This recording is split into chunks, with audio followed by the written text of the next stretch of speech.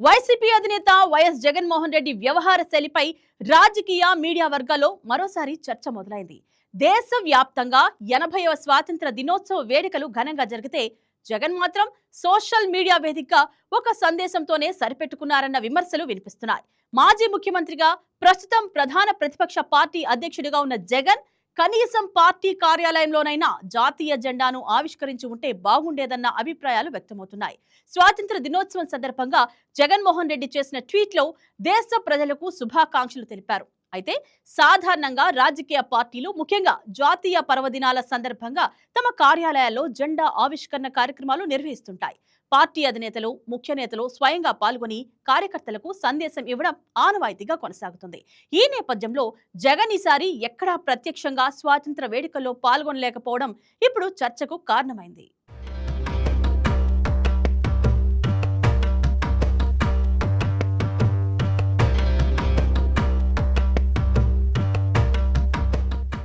జగన్మోహన్ రెడ్డి 5 ఏళ్ల పాటు ఆంధ్రప్రదేశ్ ముఖ్యమంత్రిగా పనిచేశారు. అంతకుముందు నుంచి వైసీపీ అధ్యక్షుడిగా పార్టీని నడుపుతున్నారు. అధికారంలో ఉన్న సమయంలో ఆగస్టు 15, జనవరి 26 వంటి జాతీయ పర్వదినాల్లో అధికారిక కార్యక్రమాల్లో పాల్గొని జెండా వందనం చేశారు.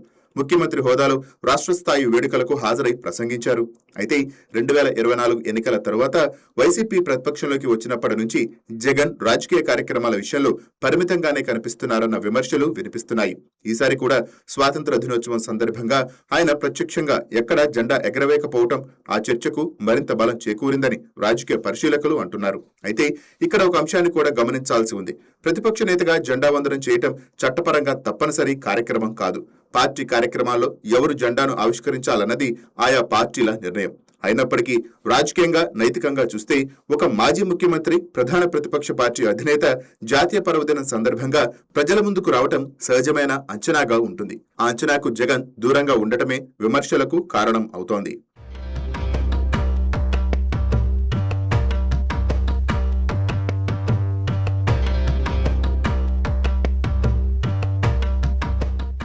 తాడేపల్లిలోని వైసీపీ కేంద్ర కార్యాలయంలో జరిగిన స్వాతంత్ర దినోత్సవ కార్యక్రమంలో పార్టీ సీనియర్ నేత ఎమ్మెల్సీ బొత్స సత్యనారాయణ జాతీయ జెండాను ఆవిష్కరించారు. పార్టీకి చెందిన పలువురు నేతలు, కార్యకర్తలు ఈ కార్యక్రమంలో పాల్గొన్నారు. అయితే పార్టీ అధ్యక్షుడు జగన్ స్వయంగా కార్యక్రమానికి హాజరు కాకపోవడంపై వైసీపీ శ్రేణుల్లోనూ చర్చ జరిగినట్టు తెలుస్తోంది.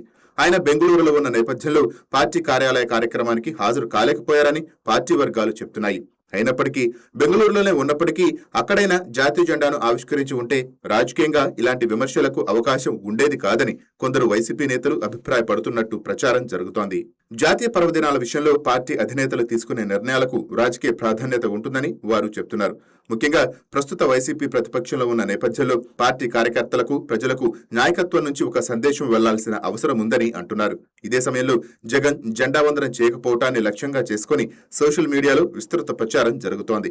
టీడీపీ అనుకూల సోషల్ మీడియా వర్గాలు, రాజకీయ విమర్శకులు జగన్ పై తీవ్ర విమర్శలు చేస్తున్నారు.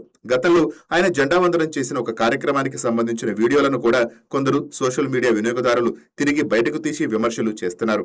ఆ వీడియోలో జగన్ జాతీయ గీతాన్ని సరిగ్గా ఆలపించలేదంటూ కొందరు ట్రోల్ చేస్తున్నారు. అయితే సోషల్ మీడియాలో వైరల్ అవుతున్న క్లిప్పులు, వాటిపై వస్తున్న వ్యాఖ్యలను వాస్తవాలుగా స్వీకరించకుండా పూర్తి సందర్భాన్ని పరిశీలించాల్సిన అవసరం ఉందన్న అభిప్రాయం కూడా ఉంది.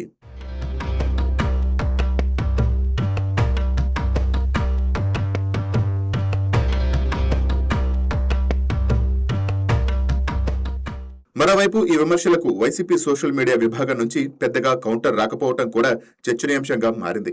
సాధారణంగా జగన్ను లక్ష్యంగా చేసుకుని ప్రత్యర్థి పార్టీలు విమర్శలు చేస్తే వైసీపీ సోషల్ మీడియా యాక్టివ్గా స్పందిస్తుంది. కానీ ఈసారి మాత్రం ఈ అంశంపై పెద్దగా ప్రతిస్పందన కనిపించకపోవడం రాజకీయ వర్గాల్లో ఆసక్తిని పెంచింది. జగన్పై వస్తున్న ప్రధాన విమర్శల్లో ఇదే ప్రశ్న ఇప్పుడు ముందుకు వస్తోంది. అధికారంలో ఉన్నప్పుడు ప్రభుత్వ కార్యక్రమాల్లో చురుగ్గా పాల్గొన్న జగన్ ప్రతిపక్షంలోకి వచ్చిన తరువాత ప్రజా కార్యక్రమాలకు ఎందుకు దూరంగా ఉంటున్నారన్న ప్రశ్నను ప్రత్యర్థులు సంధిస్తున్నారు. అధికారం ఉంటేనే బాధ్యత గుర్తొస్తుందా అంటూ టీడీపీ అనుకూల వర్గాలు విమర్శలు చేస్తున్నాయి. దేశానికి సంబంధించిన జాతీయ పర్వదినాలు కేవలం ప్రభుత్వ కార్యక్రమాలు మాత్రమే కాదని ప్రతి పౌరుడికి, ముఖ్యంగా ప్రజలను నడిపించే రాజకీయ నాయకులకు కూడా వాటిపై ప్రత్యేక బాధ్యత ఉండాలని వారు వ్యాఖ్యానిస్తున్నారు. అయితే వైసీపీ వర్గాలు మాత్రం ఈ విమర్శలను రాజకీయ దురుద్దేశంతో చేస్తున్నవిగా కొట్టిపారేస్తున్నాయి. జెండా వందనం ఒక నిర్దిష్ట ప్రదేశంలోనే చేయాల్సిన అవసరం లేదని, స్వాతంత్ర దినోత్సవం సందర్భంగా జగన్ దేశ ప్రజలకు శుభాకాంక్షలు తెలియజేశారని అంటున్నారు.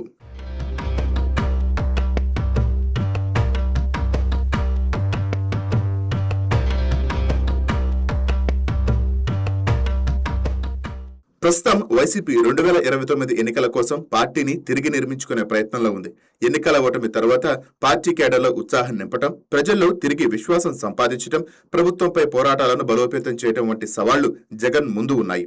ఇలాంటి సమయంలో జాతీయ పర్వదినాల్లో పార్టీ అధినేత ప్రత్యక్షంగా పాల్గొనడం కార్యకర్తలకు మానసికంగా బలాన్నిచ్చే అంశంగా మారుతుంది.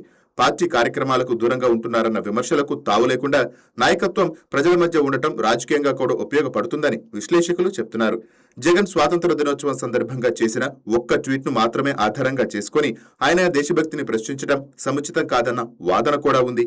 ఒక నాయకుడి దేశభక్తిని కేవలం జెండా వందనం చేశారా లేదా అన్న అంశంతో కొలవలేమని వైసీపీ మద్దతుదారులు అంటున్నారు. అయితే రాజకీయ నాయకుడిగా ప్రజలకు కనిపించడం, జాతీయ పర్వదినాల సందర్భంగా కార్యకర్తలతో కలిసి కార్యక్రమాలు నిర్వహించడం మాత్రం రాజకీయ సందేశాన్ని బలంగా పంపుతుందన్నది వాస్తవం.